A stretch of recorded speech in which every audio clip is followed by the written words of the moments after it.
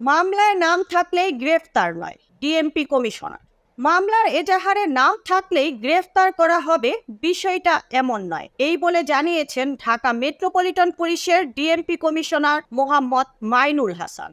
রোববার 15 সেপ্টেম্বর সকালে ডিএমপি সদর দপ্তরে বাংলাদেশ ক্রাইম রিপোর্টার্স অ্যাসোসিয়েশন বাংলাদেশের ক্রাব সদস্যদের সঙ্গে মত বিনিময়ের সময় তিনি কথা বলেন।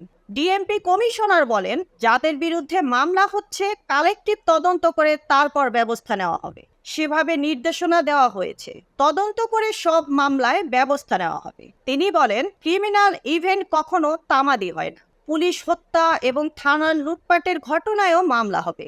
থানার কার্যক্রমের বিষয়ে ডিএমপি কমিশনার বলেন, 2-1 সপ্তাহের ভেতরে সব থানা স্বাভাবিক কার্যক্রমে ফিরবে। ট্রাফিক ব্যবস্থার উন্নতি হয়েছে। ট্রাফিক পুলিশ এখন গভীর রাত পর্যন্ত কাজ করছে। ধীরে ধীরে আরো উন্নতি হবে। এছাড়া ছিনতাই প্রতিরোধে পুলিশ আরো সক্রিয় হবে। পুলিশের টহল ও চেকপোস্ট কার্যক্রম শুরু হয়েছে। মত বিনিময় সভায় ক্রাইম রিপোর্টার্স অ্যাসোসিয়েশনের সভাপতি কামরুজ্জামান খান, সাধারণ সম্পাদক সিরাজুল ইসলাম বক্তব্য রাখেন। Mukta Parvez, desk report, BE news, Dhaka.